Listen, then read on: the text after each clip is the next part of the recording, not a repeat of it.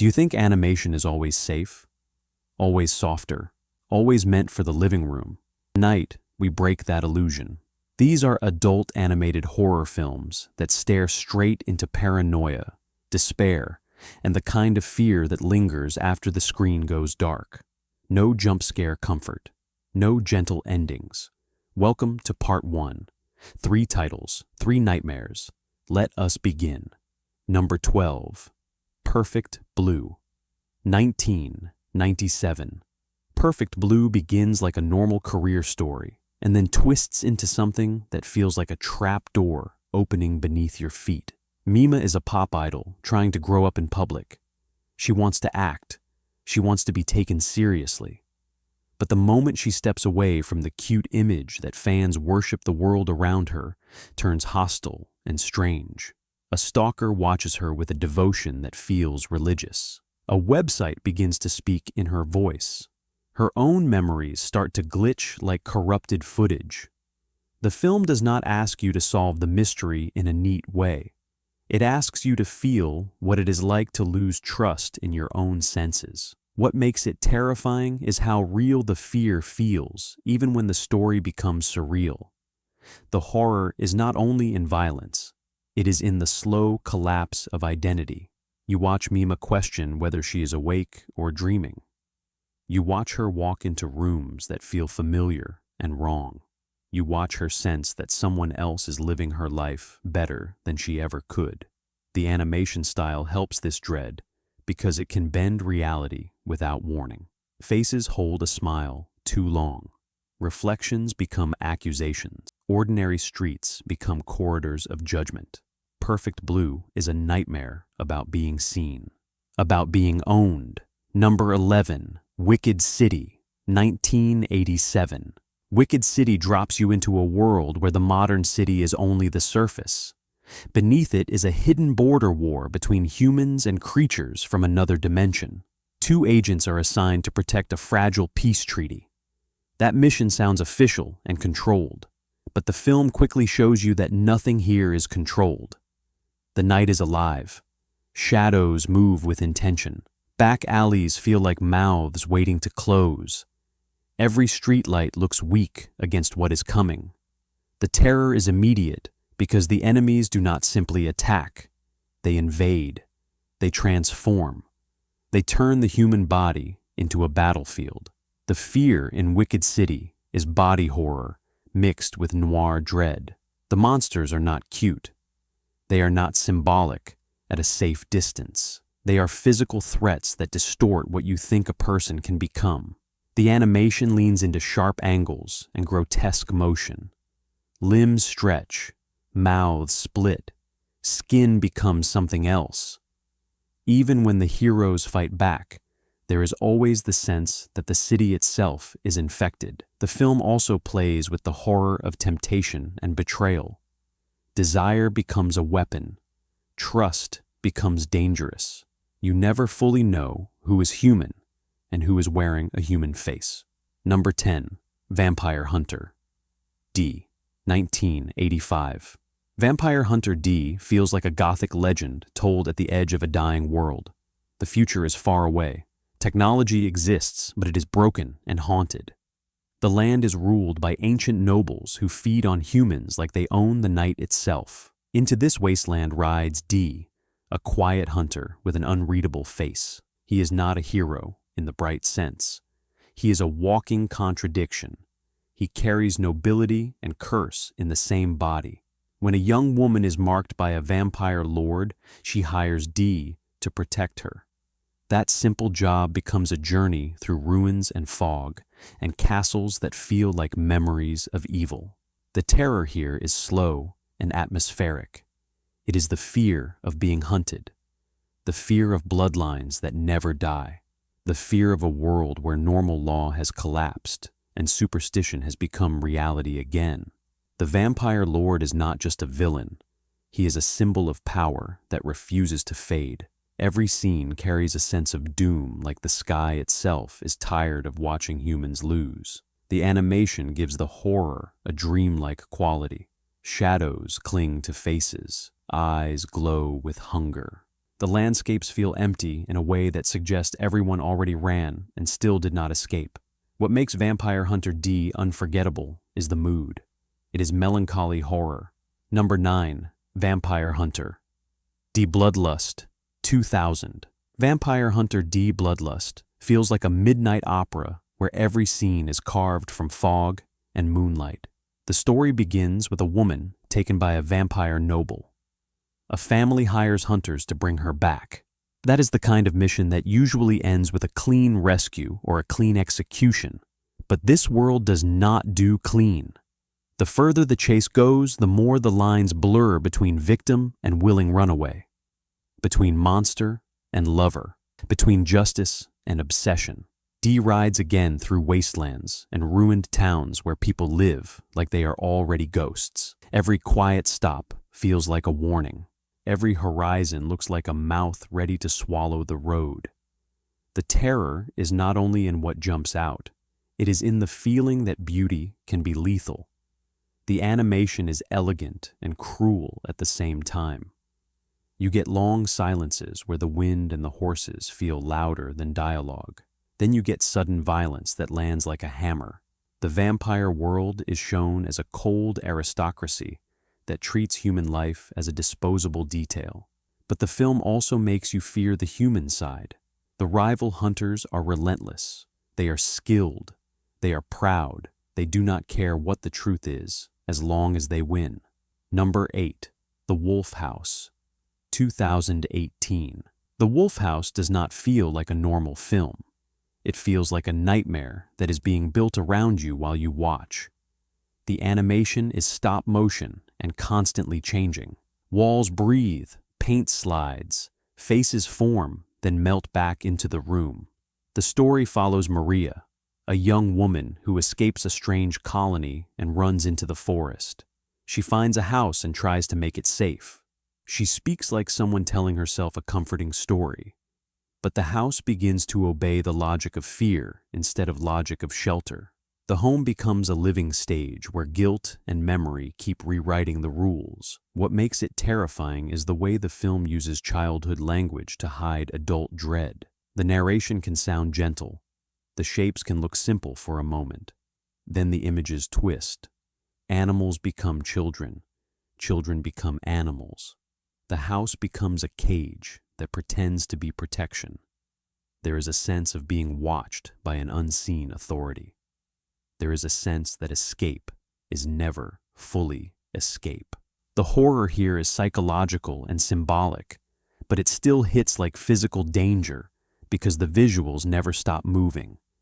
You cannot relax. The world is always shifting under your feet. Number 7. The Spine of Night, 2021. The Spine of Night plays like an ancient myth told by a wounded survivor beside a dying fire. It is rotoscope animation, which means the movement feels human, but also uncanny. Like a memory that is almost true. The story is set in a brutal fantasy world where power is a curse. At the center is a strange force tied to forbidden knowledge. People reach for it because they want control. They want immortality. They want to stop being small in a violent world. But every time someone takes that power, it spreads corruption like a disease. The film moves through different characters and eras. It feels like history repeating with new faces and the same hunger.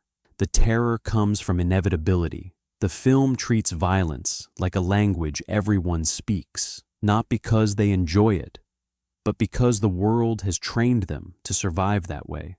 You see bodies break. You see minds break.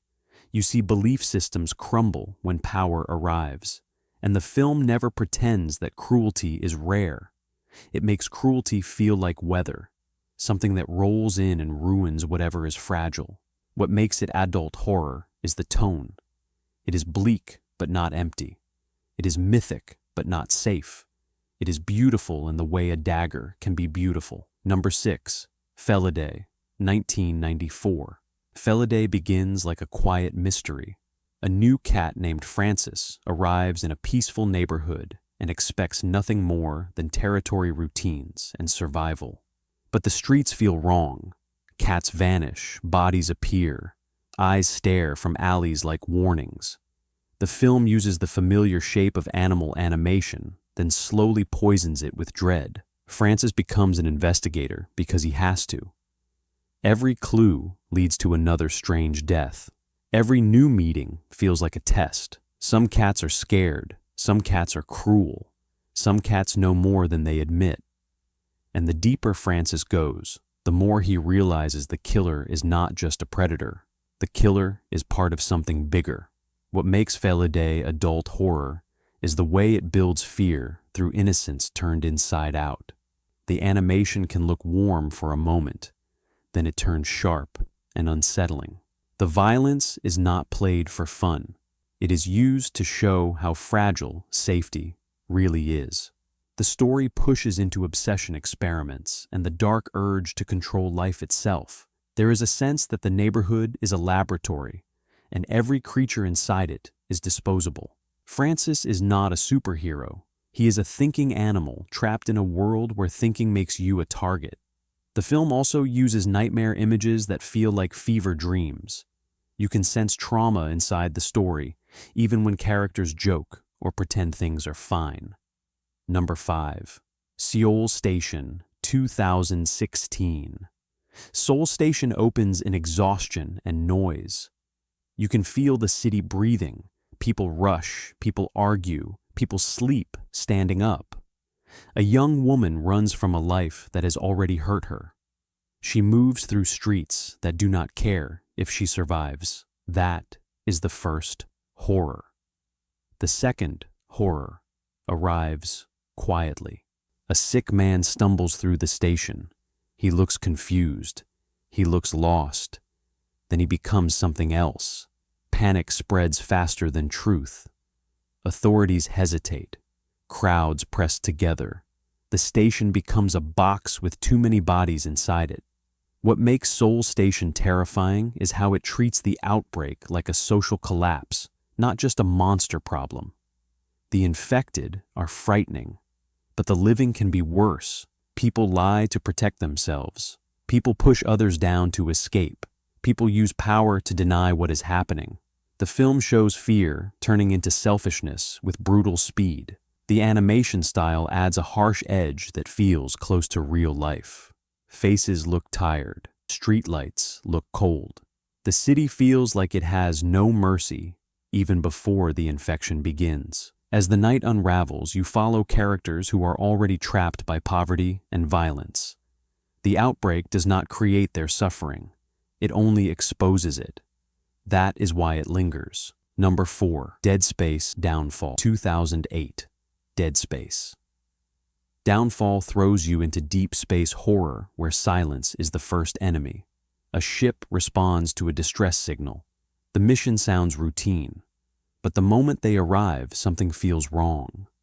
The station is too quiet. The corridors are too dark. Signs of violence sit like frozen screams on the walls. Then the real nightmare starts moving. A strange alien infection turns bodies into twisted killers. The crew is trained. The crew has weapons. But training does not matter when the threat rewrites the rules of biology and fear. What makes this film terrifying is the atmosphere of dread mixed with sudden brutality. The setting is a maze of metal tunnels where every corner can be death. Lights flicker, alarms echo, doors lock. The feeling is claustrophobic, like the ship is a coffin that has not realized it is a coffin yet. The monsters are horrifying because they feel relentless and wrong. They do not behave like animals. They behave like a curse. The animation leans into sharp shadows and harsh movement. It makes the action feel jagged and desperate. But the deeper horror is psychological. Characters start to crack. Sleep disappears. Number 3. Dead Space Aftermath, 2011. Dead Space. Aftermath does not play like a simple sequel. It plays like a broken confession that keeps changing shape. The story is told through multiple survivors who are being questioned about what happened. Each person carries a different version of the nightmare. Each testimony feels like a scar opening again. You watch the same disaster from new angles. You hear the same horror described with different words. And slowly you understand the real fear of this film. It is not only the creatures in the dark, it is the fact that trauma rewires memory. It turns truth into fragments. The setting is still that cold universe of metal hallways and dead silence. But the tension here comes from uncertainty. Who is lying? Who is confused? Who is infected? The alien curse at the center of the Dead Space world does not only shred bodies, it shreds minds, it plants visions, it twists faith into madness. As the characters speak, you see flashbacks that feel like nightmares drawn from guilt. You see moments of violence that arrive fast and ugly. You see the terror of being trapped with people who might snap at any second. The film uses different animation styles to separate different viewpoints. That makes the horror feel unstable. Number 2, To Your Last Death, 2019. To Your Last Death is a vicious adult animated horror thriller built on one brutal promise. You will not get a clean ending until every trap has been triggered. The story follows Miriam. She is dragged into a nightmare created by her own father, a powerful man who treats murder like a business plan. He invites people to a private event that becomes a sadistic game. Every room is a test, every hallway is a threat, and every choice is designed to break someone for entertainment and control. The terror here comes from momentum. The film moves like a saw blade. It keeps cutting forward. Miriam is not simply trying to survive. She is trying to understand the rules while the rules keep changing. She faces masked killers and engineered disasters and betrayals that feel personal. Then the story adds its cruel twist. Miriam gains a strange ability tied to time. Death is not always the end. Sometimes it is a reset. That sounds like power. But the film makes it horrifying because reliving violence does not make you stronger. It can make you numb. It can make you desperate. Number 1, Fears of the Dark, 2007. Fears of the Dark is not one story. It is a collection of nightmares, different directors, different styles, one shared mission, to remind you that darkness is not empty. It is filled with ideas your mind can weaponize against you. The film is mostly black and white. That choice is not artistic decoration. It is a trap. It strips away safety colors and leaves you with shadow and glare. It forces you to stare at what you normally avoid. The result is a horror experience that feels like reading a nightmare journal you were never meant to find. What makes Fears of the Dark terrifying is how it understands fear as a personal language. It does not rely on a single monster. It relies on the audience. It knows your brain will fill in blanks. It knows a shadow can be worse than a fully shown creature. It knows silence can feel louder than screams. The animation styles shift from sketchy and raw to smooth and surreal. That creates a constant instability, like the film itself is changing masks. And because the stories are short, they hit like flashes.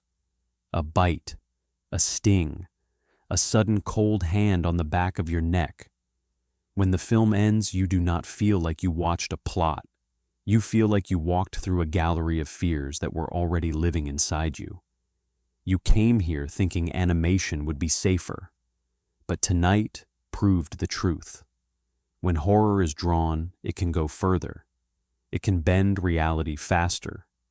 It can trap you inside fear without warning. If you survived this list, drop a comment with the one film you will watch first. Like the video, subscribe for more adult animation nightmares, and I will see you in the next countdown.